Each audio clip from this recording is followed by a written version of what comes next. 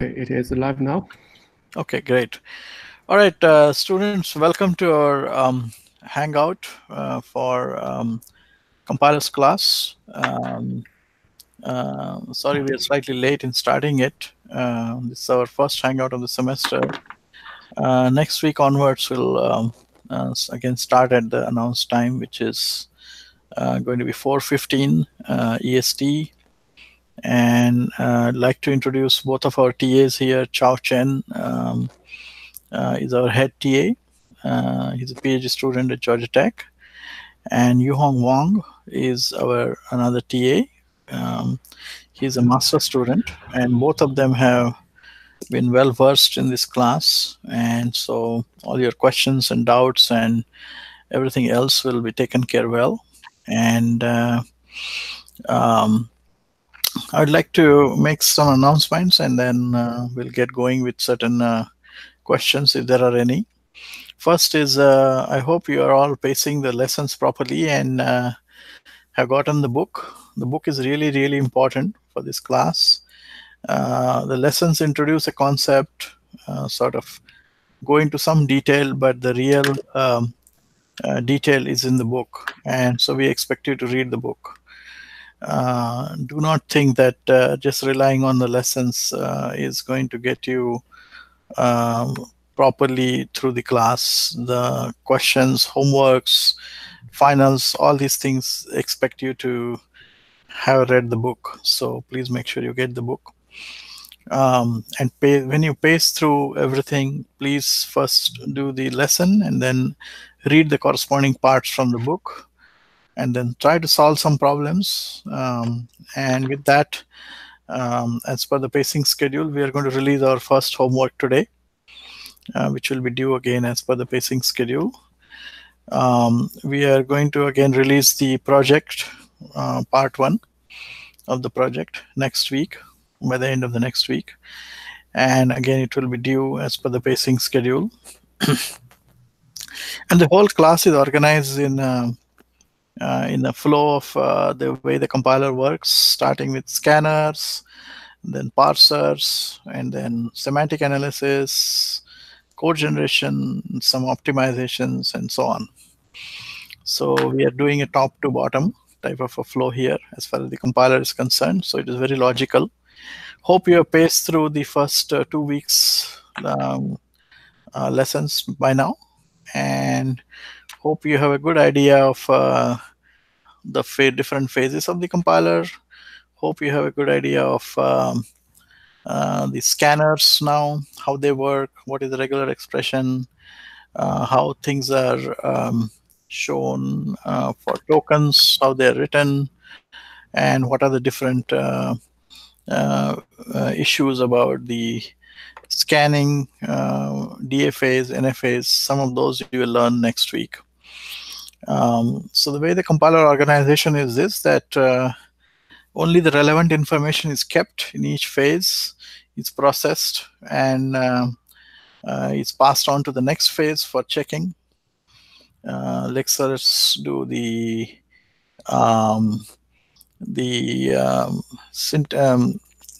lexical analysis.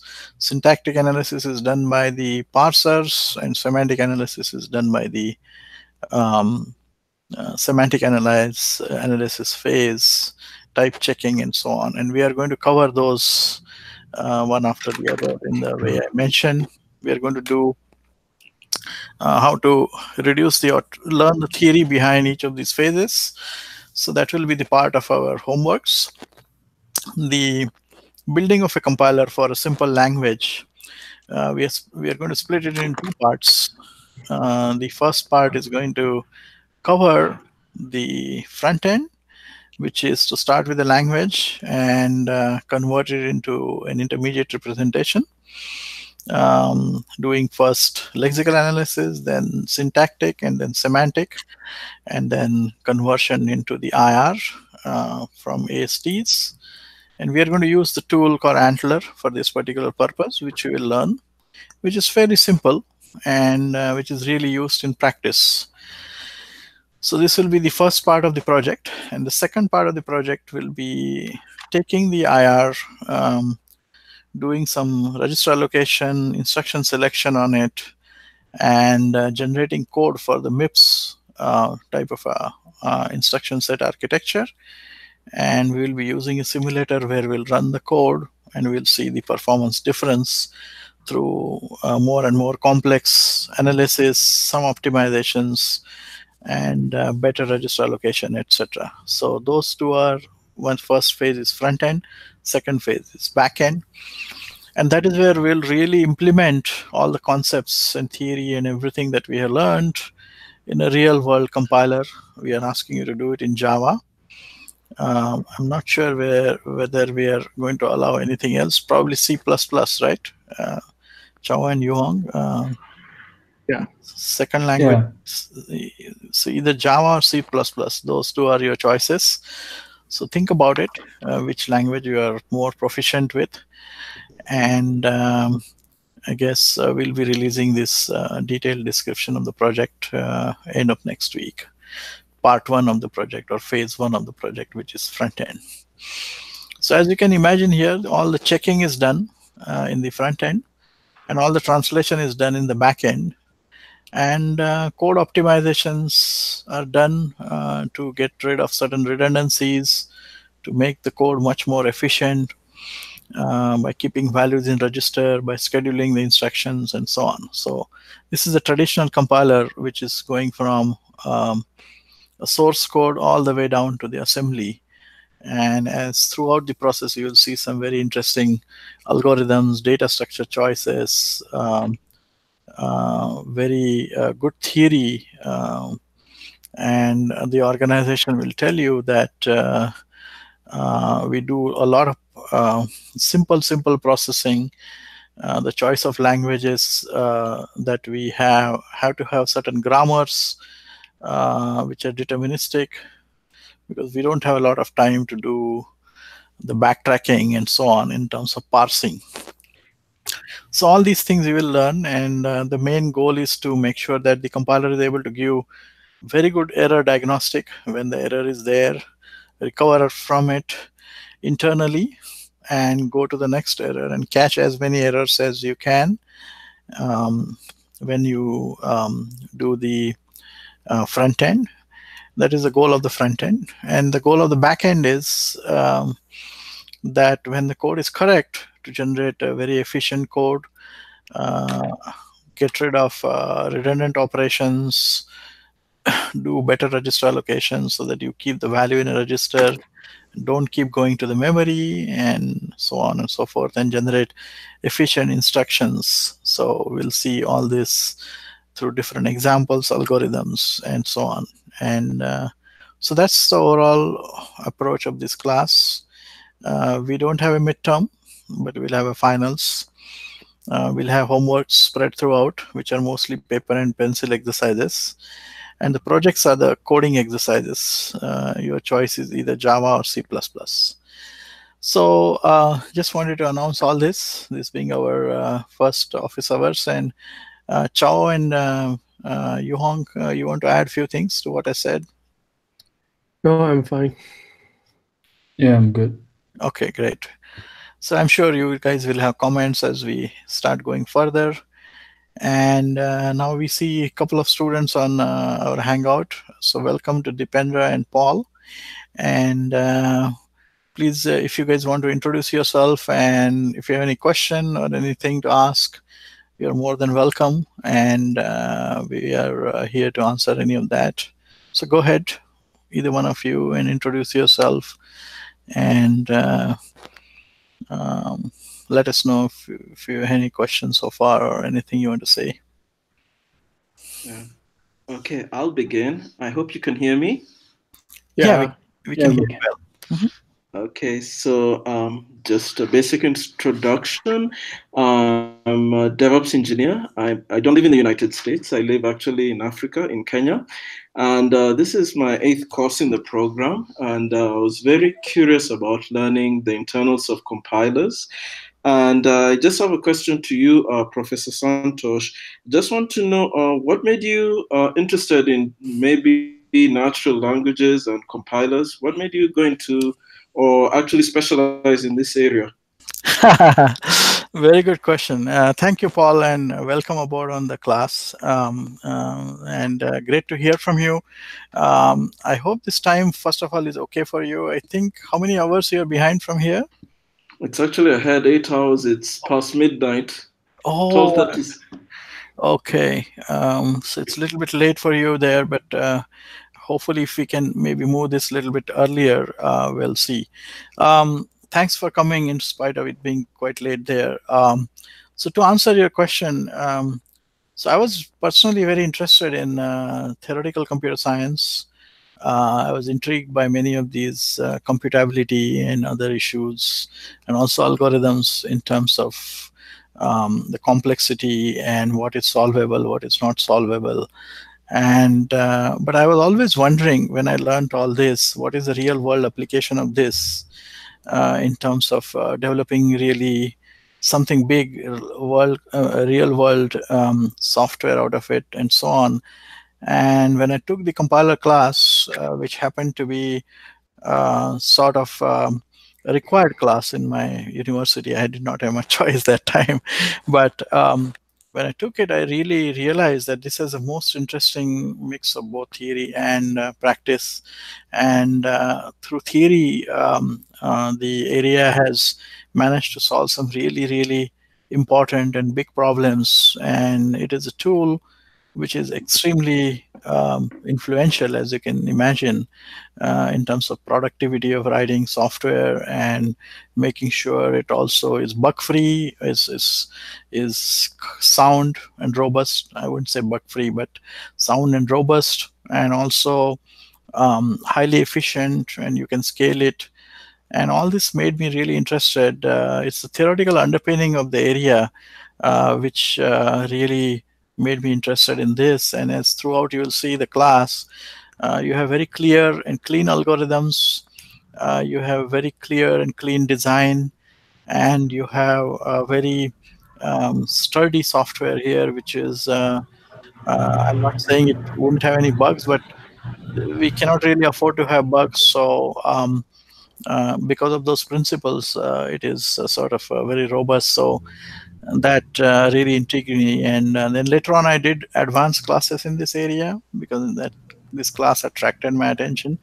And from there, I decided to do more advanced classes, which are even more interesting in terms of parallelizing the application, detecting parallelism, trying to optimize much more heavily, and so on and so forth. So that was the reason I got in, and then I decided to do my PhD in this area, and then I really enjoy the area, and it's a beautiful area of where theory and practice both meet. Actually, it's one of the few areas where. So that was the reason I'm sort of here. Thank you. Thank you. Dipendra, if you have any introduction and. Yeah, good to know that your background and all those interests you had. And so my background is I'm working as a principal software engineer in Oracle Bay Area. So my main job duty is basically not the system level work, but the SaaS application that we have for the marketing cloud, and I worked for the platform side, mainly in Java. So, but the thing is that in my past, I had used a few of the, not the entire compiler thing, but at least the parser, JLX I used before, and AntLR as well. So from the start, like when I did my bachelor degree, that time also I had interest with the compiler and the system level thing, but I never got opportunity to learn the topic. And this is, I think, the right time for me. And by the way, this is my first course in the OMSCS. I hope you enjoy. I see. Very interesting. So Paul told me that it is his 8th class and this is your first semester here. So welcome aboard. And you would see a lot of connection with multiple parts of software development stack at Oracle and at your work. So it may be interestingly sort of unknown that query processing or SQL and other things are heavily reliant on compiler technology and query optimizations and other, because these are all language processors. They benefit tremendously from compilers field. So hopefully you'll see some connection there. And Oracle, in fact, I have two ex-students in Oracle. One of them moved when Sun was acquired by Oracle a long time back. And he's the compiler guru who was in Sun Microsystems in terms of Java compiler. He moved there, and recently another PhD student joined Oracle. So if you need some introduction to them, please just shoot me an email, and I will try to introduce you to them just in case. It might help you to sort of get another perspective within the organization. Yeah. So great. Hopefully you'll find this pretty interesting. It's a very how should I say it, savvy class in terms of theory. So even if you have not done the automata theory completely at this point, you will actually learn significant amount in this class in terms of the abstractions, what is possible to express in terms of DFA, NFAs, what is not possible, how that machinery is being leveraged to do the token generation, etc. And then you will see the parsers, deterministic parsers, and we are going to do the LL1 parsers here. And some of you probably use Lex and Yak, which are traditional ways of writing the parsers and lexers. We are going to use the state-of-the-art lexer and parser generator, which is called as Antler. And that helps us to automate the process of the front end pretty significantly.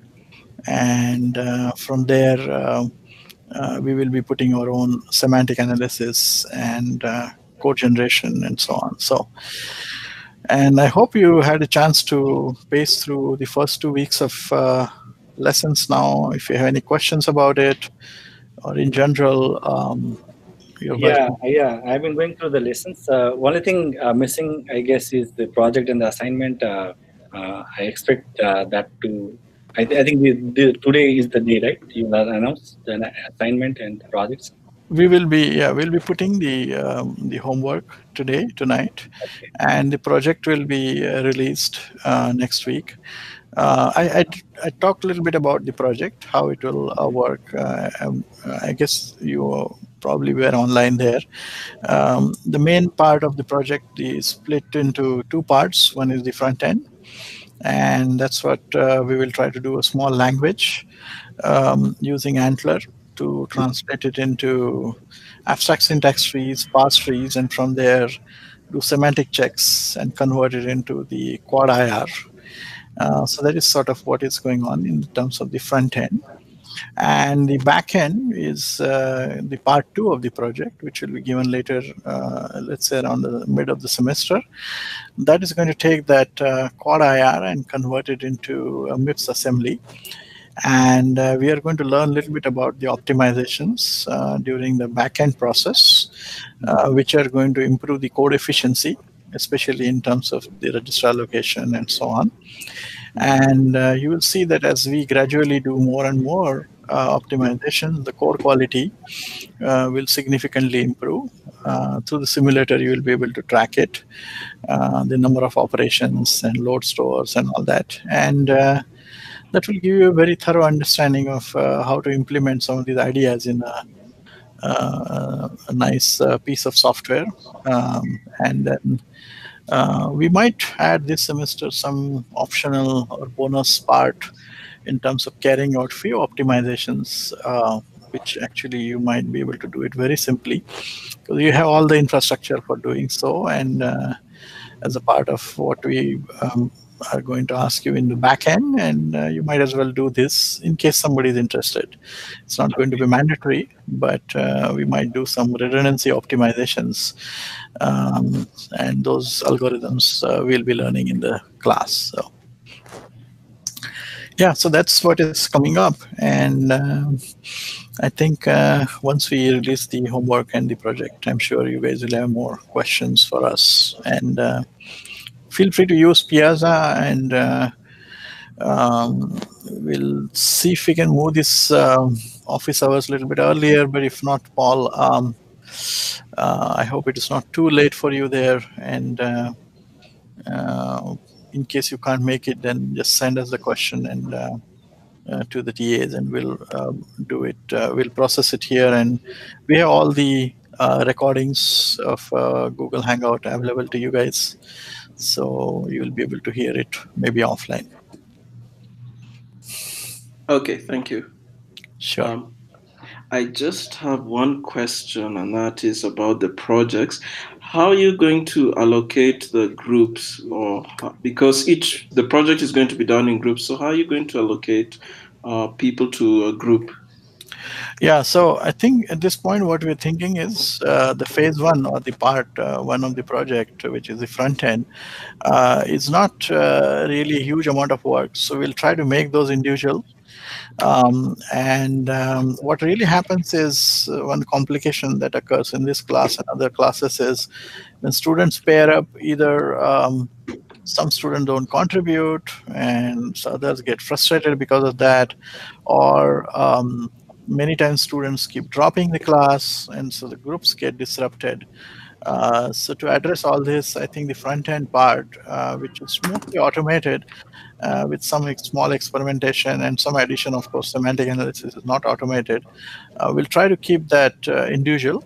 And in the part two, which is a little bit more heavy and where the group is sort of important, we will first let you guys choose who you want as your partner. If you would like us to decide it for you, then you can give us the parameters and we can try to help you do the matchmaking. So that's what we have in mind so far. Okay. And I think it works very well. If we get many requests from students to do it individually, the project, especially the part one, hopefully this will address, because if you have full control, then I think you can do it at your own pace. You don't have the burden of coordination, time. You have time zones issues many times. You have, all these kinds of stuff going on. So hopefully that will address that issue.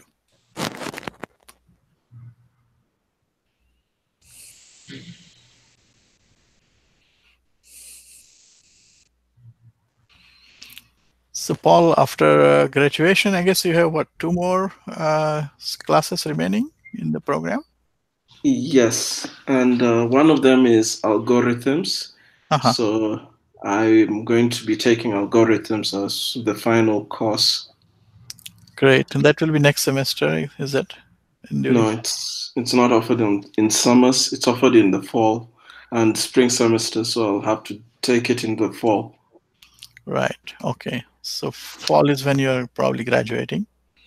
Yes, but because of visa issues, I may come for commencement in May of 2020. Oh, I see. Because it takes a while to get a visa, or is that? Yes, so usually the US Embassy in Nairobi, it's around 72 days, usually, sometimes 2 weeks to 72 days to get a visa. Got it. I see. Oh, wow, that's a lot of time. Yeah, so 72 days is, yeah, it will be a while. And summer is a good time here, to come down and see our campus. So that spring commencement is always a very big event. So you will actually have more fun, I think, if you come in the spring commencement. So, and what is your plan after graduation? Is it some place you're planning to sort of apply this new degree in terms of new employment, or? I would actually love to do a PhD, maybe in Georgia Tech, but that's just a thought. Hopefully the master's is a step towards doing a PhD. If not, maybe I could try out maybe the cybersecurity masters, which is also being offered. It's also another choice. Looking at those two options. Oh, I see. So you want to pursue more education after this? I see. Yeah. That's a great thing to hear. What are your interests in the field typically? Mainly cybersecurity. Maybe at this moment I'm just haven't yet decided on which area of cybersecurity to focus, but generally cybersecurity. Got it. Interesting. Very interesting. Yeah, that's a very upcoming sort of field, and it's a field which is never ending in terms of problems. The problems will never go away. The moment you devise a solution, there's a new attack right there. So, so there is And it is highly demanded. exactly. Yeah. So, yes, it's always an open field for newer and newer solutions. So we do a lot of cybersecurity related work, which is more in terms of the compiler analysis. As you can see, all the vulnerabilities of the software are because of the language issues. C is a very weak memory model, C, C++. Intrusions start because of the buffer overflows, and all other kinds of attacks start taking advantage of that. And compilers, as you do this class and maybe the next one is not offered in an online format, but you will see that we do a lot of deep analysis of program properties, and we can try to patch some vulnerabilities and detect attacks in real time and all these kinds of fun stuff, which is because of the C, C++ weak memory models. We are able to tackle. We do have active projects in this area, and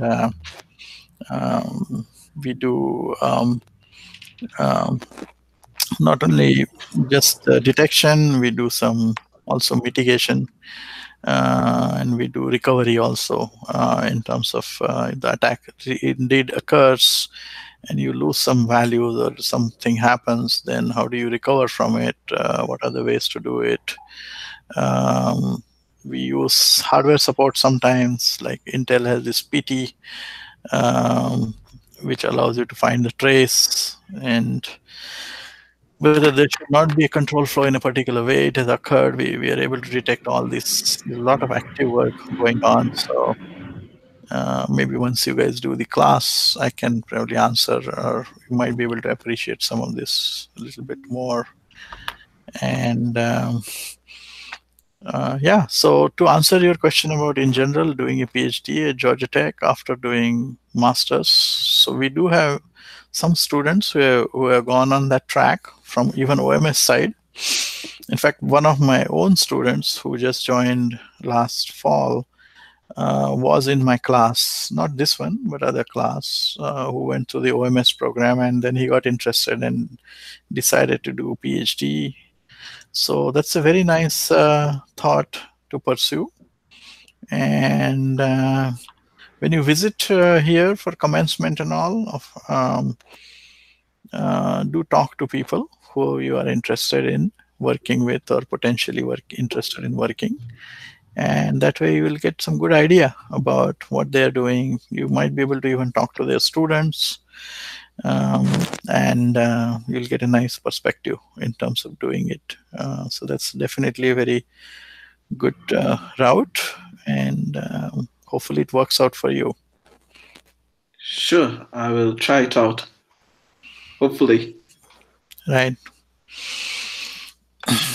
Okay. One thing, Professor. So I have seen many tools that can analyze the code for security vulnerability. We use also in our daily work. So I don't know like how we develop such tool, but is it based on something like we do in compiler design? Because we need to analyze the code, right? Correct. So main thing is to find out. So there are many things that can occur, all different kinds of attacks. And to detect if something has a particular gadget present in a software, which can lead to an exploit, is one thing that we can easily look out for. So, the gadget is something which you can get into by sending a particular input. And you can construct what is called as a Turing complete program to do the exploit. So you send in some input, maybe it overflows, diverts the control flow from the particular function to another function, and from there you go to a particular code location. So you're not supposed to execute the program in this particular way, but it is a legal program. In other words, in terms of execution, it doesn't crash, but it is malicious. So it actually can do some things. Like, for example, one of the attacks is privilege escalation. So you are supposed to give a particular password to get into a particular part of the code, which is sensitive, but you somehow diverted the control flow, smashing the return address and so on, and constructing this type of a gadget. This is called as return-oriented programming. So you got diverted by sending a long string or whatever. You took advantage of this vulnerability, got into a particular part of the program, and assumed some more privileges than you should. So this is one kind of attack, and whether such possibilities exist is a matter of analysis. And you will see in the later part of the course that this is a similar analysis that we use for code generation, so which can be used directed towards even detecting some of this. So all these tools are the detection tools of vulnerabilities are based on whether or not particular types of vulnerabilities or gadgets exist in your code, and that allows us to flag them and maybe carry out certain monitoring or fixes and things like that. So it is very close synergy between the two tools.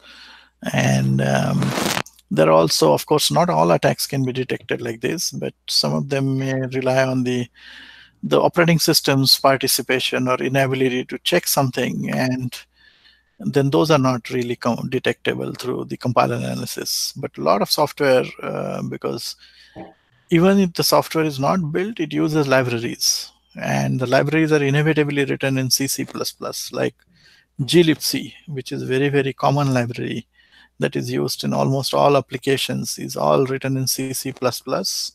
And if you look at the CVEs, commonly known vulnerabilities that are listed on the internet, there are tons of such vulnerabilities in terms of privilege escalation, double free. All these kinds of attacks exist on that library.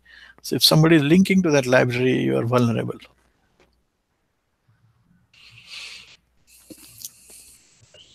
Okay, good to know that. Yeah. So security has two parts to it. One is the language and software side of the security. The second is the network security, of course, which is again not really a compiler's job. The third one is the operating system or platform security, which is kind of half and half, which is the libraries, the way the things get shared, and so on. And that is also a part of the compiler side. Some of it, at least, not all of it.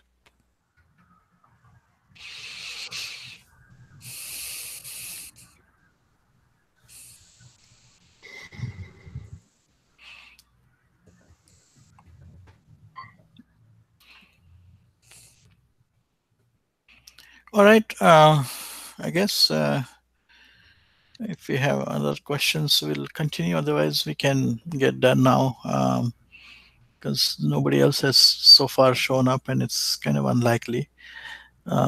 Once we start our homeworks and projects, I guess we'll see many students.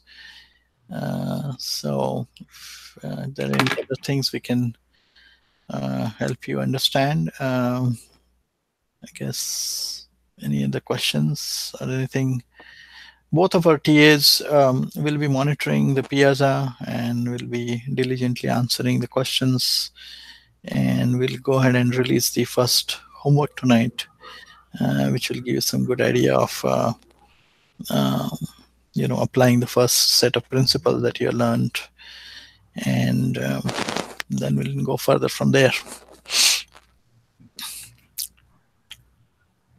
So I guess if there is nothing, then can we stop, guys, or do you want to continue? I think we stop. No more questions on Piazza. Okay, all right.